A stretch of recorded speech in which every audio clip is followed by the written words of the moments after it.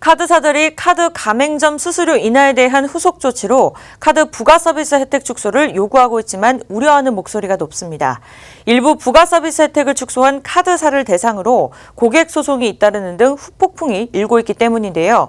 현재 논란이 일고 있는 카드 부가 서비스 혜택 축소의 현 상황을 들여다봤습니다. 송현주 기자입니다.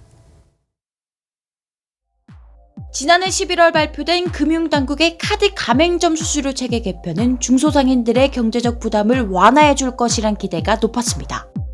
하지만 이들이 체감하는 변화는 그리 크지 않았습니다. 카드사들도 수수료 인하가 수익성 악화에 직격탄이 됐다는 설명입니다.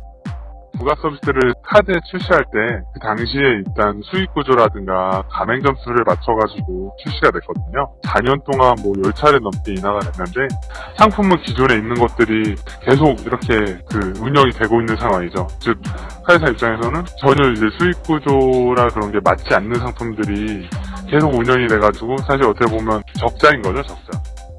지금의 카드 혜택은 과거 수수료가 2에서 3%일 때 설계된 것들이 있고 혜택이 좋은 카드의 경우 매년 수백억 원의 적자가 발생하고 있어 부가 서비스 혜택 축소가 시급하다는 게 카드사들의 주장입니다. 하지만 업계는 그간 강력하게 주장해왔던 할인 혜택 등 부가 서비스 축소 요구가 반영되지 않아 반발하는 분위기입니다.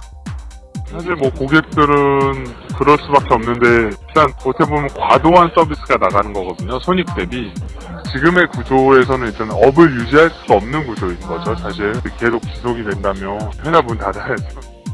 현재 부가 서비스 축소를 놓고 문제가 하나씩 제기되고 있습니다.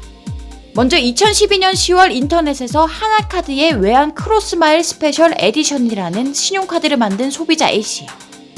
카드 사용금액 1,500원당 2마일에 항공사 마일리지를 제공하는 대신 연회비가 10만 원이었습니다.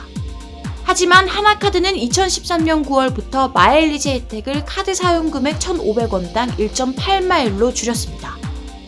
이에 A씨가 하나카드 측이 약정과 약관에 대한 설명 의무를 어겼다며 소송을 제기했습니다.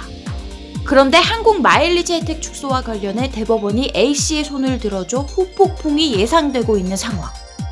카드사들이 줄곧 3대 요구 조건으로 내세운 대형 가맹점에 대한 수수료 하한선 마련과 레버리지 배율 차별 재패는 일부 타결점을 찾아가고 있지만 부가 서비스 축소 즉각 시행의 향후 합의에는 악영향을 미칠 수 있다는 전망입니다. 특히 부가 서비스 관련 유사 소송이 이어질 가능성이 커지면서 카드 업계에 큰 파장을 일으킬 것으로 보입니다.